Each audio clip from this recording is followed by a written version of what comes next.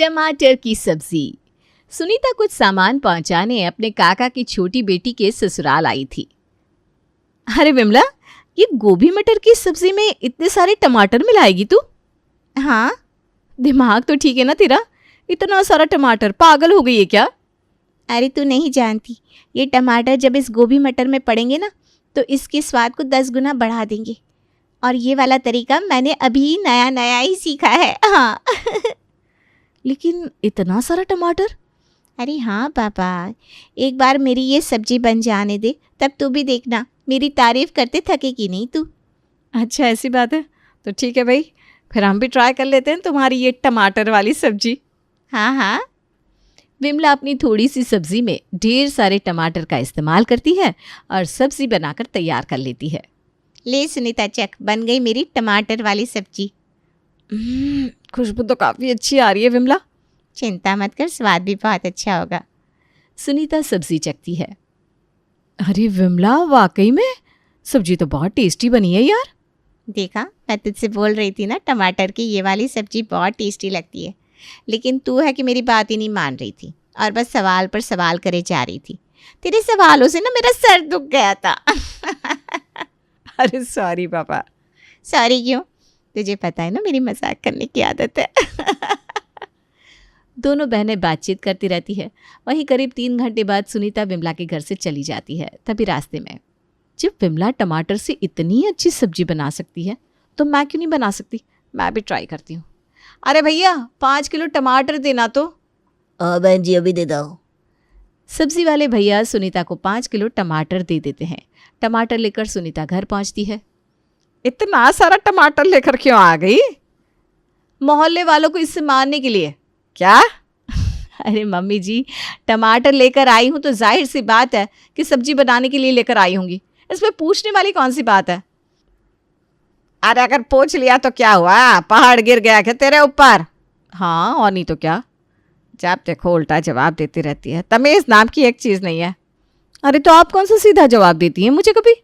जितना दिमाग तुम हमें जवाब देने में लगाती हो ना बहू, उतना दिमाग ज़रा अपने काम में लगा लिया करो तो बेहतर होगा। दिन भर बस काम काम काम करती रहती हैं आप। अरे मैं इस घर की बहू हूँ या फिर किसी ऑफिस में काम करने वाली कोई कर्मचारी जो बस अपने काम को बेहतर करती रहूँगी? तुम आजकल की बहुओं को ना बोलने की तमीज़ ही नहीं होती, ना ही कोई काम सही से आता है। एक हमारे ज़माने की औरतें होती थी जो घर का सारा काम संभालती थी और किसी को भी पलट कर जवाब नहीं देती थी कभी। मम्मी जी, आपको देखकर लगता नहीं कि आप अपने समय में सारा घर संभालती थी। मुझे तो लगता है उल्टा आपकी सासू माँ को ये सब संभालना पड़ता होगा। बकवास बंद कर। तू शुरू किससे किया था? मैं तो चुपचाप टमाटर लेकर किचन में जा रही थी, आप ही ने मुझे टोका।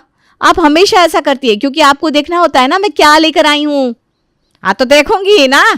देखिए देखिए, लीजिए लीजिए, आप ही रख लीजिए ये सारे टमाटर। अरे हट जाए यहाँ से।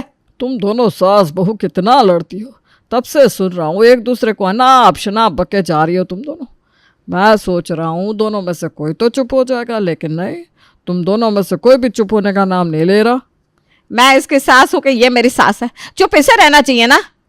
बहू, तुम्हें अपनी सासू माँ से ऐसे बात नहीं करनी चाहिए। पापा जी, जब मम्मी जी उल्टा बोले तो बहू को भी जवाब उल्टा ही देना पड़ेगा ना। और मैं तो कोई सीधी सादी भारतीय नारी हूं नहीं जो अपने साथ गलत होने पर भी चुपचाप बैठ जाऊंगी। मैं आज के ज़माने की भारतीय नारी हूं जो अपने लिए डट कर बोलना जानती है। बड़ी आई भारतीय नारी। देखो बहू, मैं ये मानता हूँ कि अपने लिए हर किसी को बोलना चाहिए, लेकिन तुम्हें समझना चाहिए कि ये तुम्हारा ससुराल है।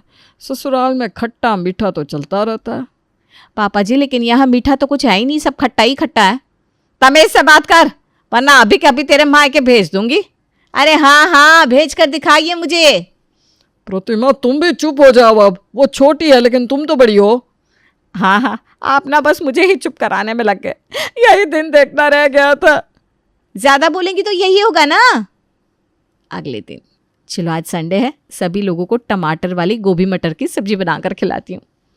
आज सुनीता सभी के लिए चावल और गोभी मटर की सब्जी बना देती है जिसमें ढेर सारे टमाटर पड़े हुए थे। चलो सब्जी तो रेडी होगी, अब सभी को दे देती हूँ। हे भगवान, बस सबको पसंद आ जाए। सुनीता सभी के लिए खाना परोस देती है। वहीं सुनीता की सासू माँ जैसे ही उस टमाटर वाली सब्जी को देखती है, अरे ये गोभी मटर की सब्जी है या टमाटर की? गोभी मटर तो दिख नहीं रहे, बस टमाटर ही टमाटर दिख रहा है। हाँ बहू, लगता है तुमने सब्जी में टमाटर कुछ ज़्यादा ही डाल दिया है। अब समझ में आया कल ये इतने सारे टमाटर क्यों लेकर आई थी? ये बनाने के लिए लेकर आई थी टमाटर। वाह जी वाह, सारा टमाटर सत्यानाश कर दिया इसने। मम्मी जी आप तो ऐसे कह रही हैं जैसे आपके पैसे लगे हैं इस टमाटर में। अरे मेरे पति के पैसे हैं, आपको क्यों चिंता हो रही है? सुनीता, माँ से सही से बात करो। और माँ, आप भी सुनीता को क्यों टोकती रहती हैं? खाना शुरू तो करिए पहले, फिर बताइएगा। अरे कितनी बार कहा है कि मैं इसकी सास हूं, ना कि ये मेरी सास है। मेरा हक बनता है कि मैं इसकी गलती पर इसे समझाऊं। तो दुनिया की सारी सास अपनी बहू को ऐसी ही बेवजह डांटती रहती है क्या मम्मी जी? भाभी, आपको पता नहीं है कि दुनिया की दूसरी सास कैसी कैसी होती हैं। अगर पता होता तो आप इतना ना बोलती। अरे मेरी माँ तो फिर भी उनसे लाख गुना अच्छी है, लेकिन फिर भी आप मेरी माँ को कोई रिस्पेक्ट नहीं देती। आपको तो बात करने की भी बिल्कुल तमीज़ नहीं है। नाना जी माफ़ करना, लेकिन बात करने की तमीज़ तो आप में भी ना है। मैंने ऐसा क्या किया बताइए? अच्छा दीदी, 11 दिन पहले जब आपको एक महंगी वाली जैकेट चाहिए थी, तब आप विनीत जी से पैसे मांग रही थी। तब विनीत जी ने आपको ये बोला था कि अभी वो आपको ये जैकेट नहीं दिलवा सकते, हाँ उससे थोड़ी कम प्राइस वाली जैकेट दिलवा सकते हैं। और आप मानने को तैयार ही नहीं हो रही थी। आपकी जिद थी, आपको वही जैकेट चाहिए। और इस चक्कर में आपने अपने भैया को क्या क्या बोल दिया था, याद है आपको? या फिर से आपको याद दिलाऊं? सुनीता चुप हो जाओ। मुझे भूख नहीं लग रही, मैं जा रही हूँ। अरे रुक तो बेटा। बेटा ऐसा मत करो, बैठो। सभी के समझाने पर राधा बैठ जाती है। इसके बाद सभी लोग सब्जी चखते हैं। गोभी मटर की टमाटर वाली ये सब्जी कुछ खास नहीं बनी, बस खट्टा खट्टा स्वाद आ रहा है। बहुत भूख लग रही है इसलिए खा रही हूँ। राधा, तू भी ना कितना बोल रही है अब। अरे सही तो कह रही है वो। अरे प्रतिमा, अब जो भी है खा लो, वैसे भी दिन के 2 बज गया। हाँ पापा, मजबूरी में खा रहे हैं हम लोग, और क्या। तो आज गोभी मटर की टमाटर वाली ये सब्जी ठीक ठाक ही बनी थी, इसलिए सब लोग खा भी लेते हैं। वहीं इस बात से सुनीता को ऐसा लगता है कि सभी को उसकी टमाटर की ये सब्जी बहुत पसंद आई है।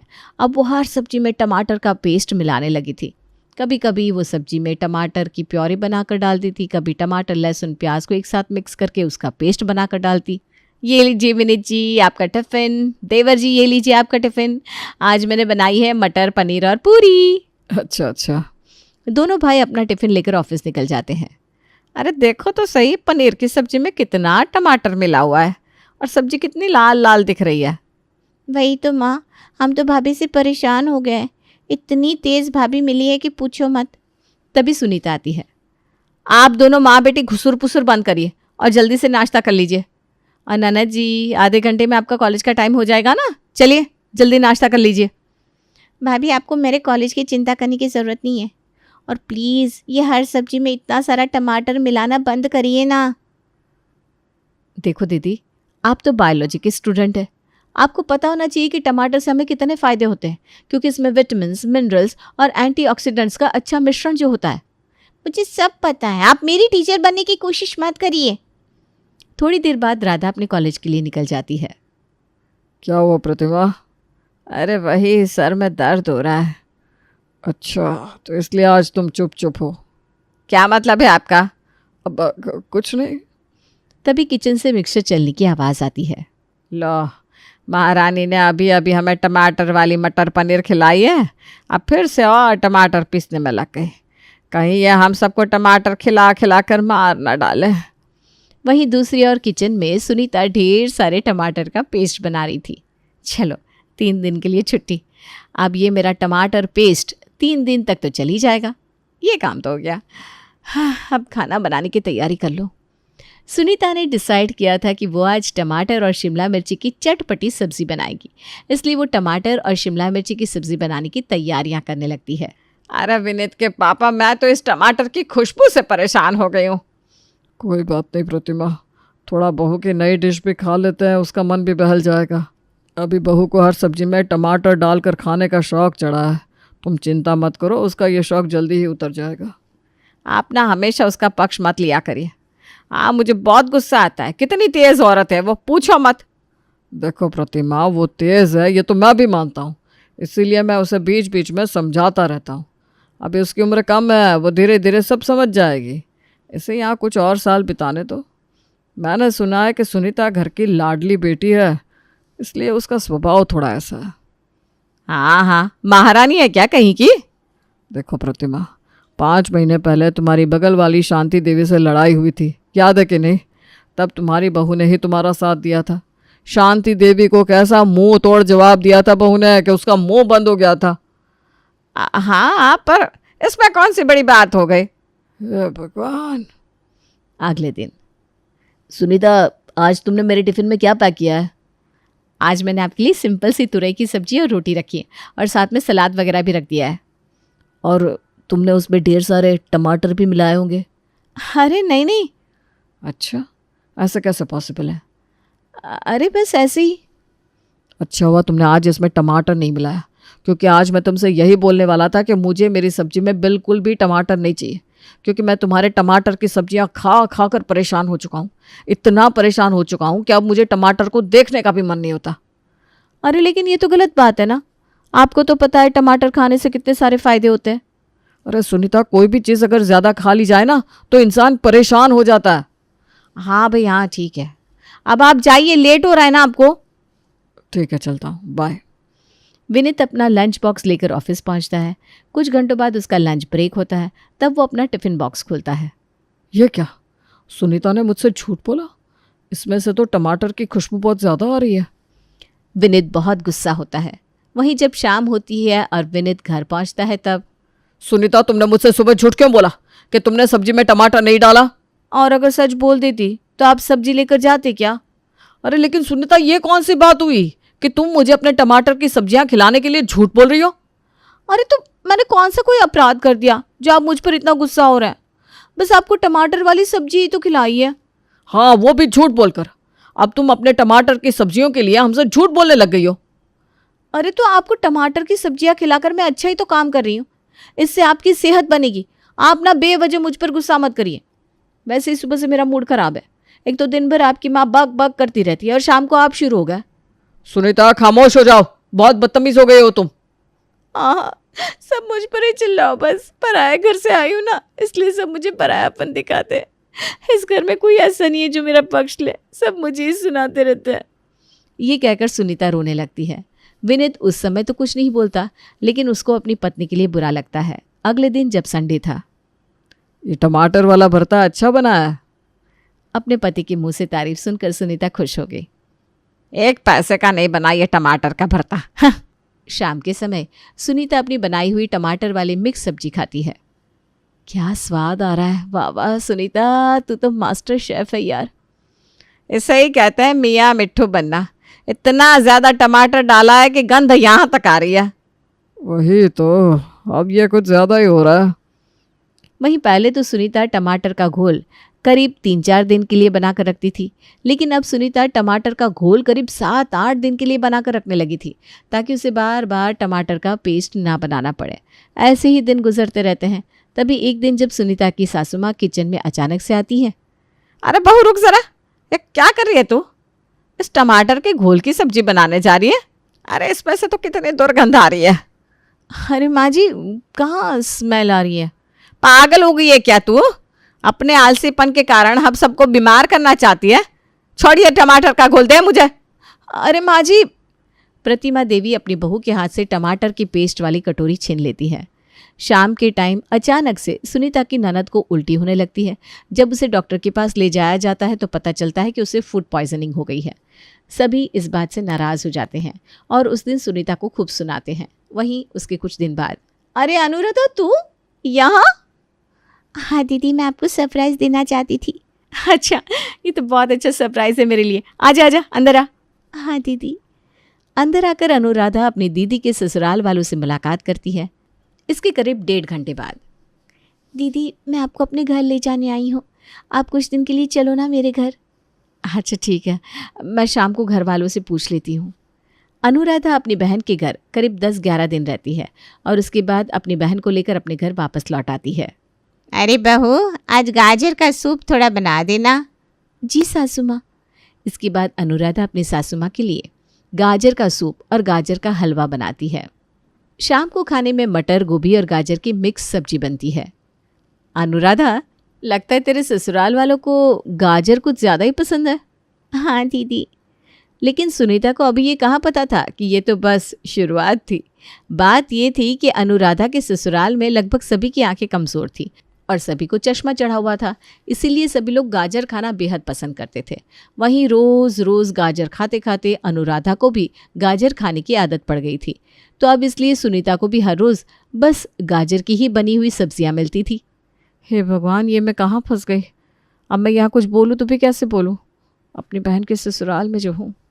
और सुनीता चुपचाप ऐसे ही गाजर की सब्जी, गाजर का हलवा, गाजर का जूस, पराठा और तो और लगभग हर सब्जियों में गाजर को ही खाती है, वो भी बड़े बेमन से। अरे अनुराधा, मेरी फ़्लाइट की टिकट बुक हुई कि नहीं? तू कह रही थी ना कैंसिल हो रही है बार बार। हाँ दीदी, मैं बताना भूल गई थी, आज सुबह ही ना आपकी फ़्लाइट बुक हो गई है। टाइमिंग कल सुबह की है। अच्छा। अगली सुबह सुनीता अपने ससुराल पहुंचती है, तब जाकर उसे सुकून मिलता है। वहीं थोड़ी देर बाद सुनीता किचन में जाती है और साधारण आलू गोभी की सब्जी बनाकर सबको खिलाती है। अरे ये चमत्कार कैसे हुआ भाई? अब चुप रहो ना। अरे माँ, जैसे भी हुआ हो हमारे लिए तो अच्छा हुआ है ना। तो वाकई में सुनीता को समझ में आ गया था कि हर रोज़ एक ही चीज़ वाकई में नहीं खाई जा सकती, खास करके तब जब वो चीज़ आपके इतने पसंद की ना हो।